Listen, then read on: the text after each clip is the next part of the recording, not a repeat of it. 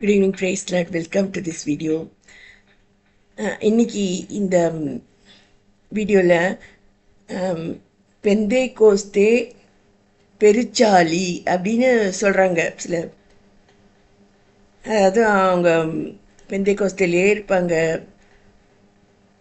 ஆனால் பெருச்சாலியாக இருப்பாங்க. இதுதான் வந்து ஒரு பாஸ்டர் எங்ககிட்ட சொன்னார். அதாவது நீங்கள் அவங்கள என்ன தான் கன்வின்ஸ் பண்ணாலும் அவங்கள கன்வின்ஸ் பண்ணவே முடியாது.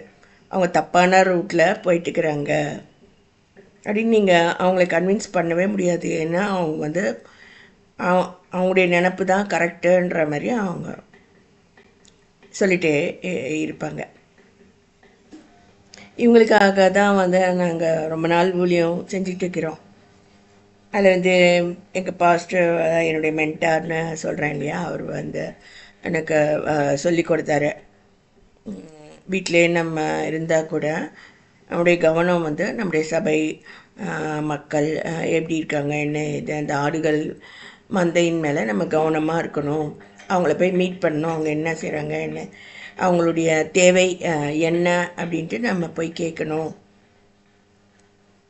அதுக்கு தகுந்த வசனத்தை நம்ம கொடுத்துட்டு வரணும் அப்படின்னு சொல்லிட்டு அவர் செஞ்சிட்டு இருந்த ஊழியத்தை அதை எங்கிட்ட பாஸ் ஆன் பண்ணிட்டார். அதாவது பிஃபோர் ஹிஸ் டெத் அதுமாரி எங்கிட்ட கொடுத்துட்டு போயிட்டார். ஸோ அதுக்கு உதாரணம் நான் சொல்கிறேன் பாருங்கள். நேற்றைய தினத்தில் நான் அவங்கக்கிட்ட நான் சொல்லிட்டு இருந்தேன், இதுமாரி எங்களுடைய பாஸ்டர் வந்து ஆபகுக்கு 3ஆம் அதிகாரத்தை வச்சு நேற்று பிரசங்கம் பண்ணார் அப்படின்னு நான் உங்கள்கிட்ட சொல்லிட்டு இருந்தேன். பாஸ்டர் வந்து மிகவும் பயந்து நடுங்கத்தக்கதாக நமக்காக கிரியை செய்யறதுக்கு ஆண்டவர் புறப்பட்டிருக்கிறார் அப்படி சொல்லிட்டு அவர் பிரசங்கிச்சுட்டு இருந்தார்.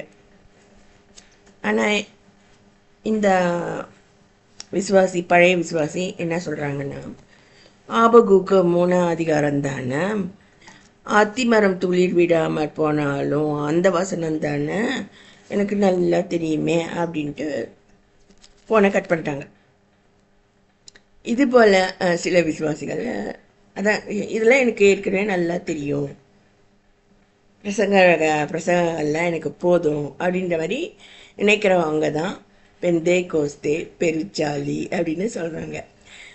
இன்னும் சிலர் இருக்கிறாங்க, அவங்க வந்து இதே அத்திமரம் துளிர் விடாமல் போனாலும் அந்த அதே வசனத்தை கிண்டல் அடிக்கிறவங்க எனக்கு தெரியும்.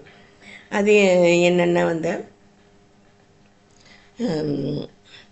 தொழுவத்திலே ஆடுகள் இல்லாமல் போனாலும் நான் கர்த்தருக்குள் மகிழ்ச்சியாய் இருப்பேன் அப்படி இருக்கு இல்லையா. என்கிட்ட ஆடுகள் இல்லை, ஆனால் நீங்கள் இந்த வசனத்தில் வந்து 2 கோழிகள் அப்படின்னு காணாமல் போனாலும் அப்படின்னாக்கா நான் அதுக்கு ஒத்துக்க மாட்டேன். ஏன்னா என்கிட்ட 2 கோழிகள் இருக்குது அப்படின்னு யாரோ சொன்னாங்களாம். அதுபோல் வசனங்கள் வந்து கேலி கூத்தா இருக்கக்கூடிய காலங்களாக இருக்குது. இது ஏன் அப்படி நடக்குது?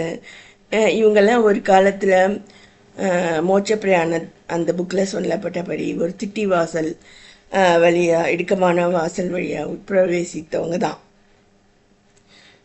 ஆனால் தொடர்ந்து அந்த பாதை வந்து ராஜபாதையாக இருக்க, ஸ்ட்ரெயிட்டாக இருக்குமா. அதுலேயே அவங்க நடந்து போகாமல் பக்க பாதைகள் நிறைய இருக்கு. ஒன்று வந்து சீனாய் மலை மேலேயே ஏற வச்சிடுமா. மறுபடியும் பழைய நியாயப்பிரமாணங்களை ஃபாலோ பண்ண வைக்கக்கூடிய பாதைகள் தான் இந்த பாதைகள். லோக ஞானி அப்படின்னு ஒருத்தர் வந்து அவங்க விசுவாசிகளை மீட் பண்ணி இதுமாரி அங்கே ஒரு சிட்டி இருக்குது, நீதிபுரமாக ஏதோ அதுமாரி நம்மளுடைய ஓன் நியாயங்களை நம்ம ஃபாலோ பண்ணால் போதும், கர்த்தருடைய நியாயங்கள் வந்து இவ்வளோ ஸ்ட்ரெயிட்டான ராஜபாதையில் நம்ம போகிறது கஷ்டம் அது இதுன்னு சொல்லிட்டு அவன் அந்த விசுவாசிகளை திசை திருப்பி சீனாய் மலையை நோக்கி எல்லாம் கொண்டு போயிடக்கூடிய அனுபவங்கள் தான் இது நான் ஷேர் பண்ணுவேன்.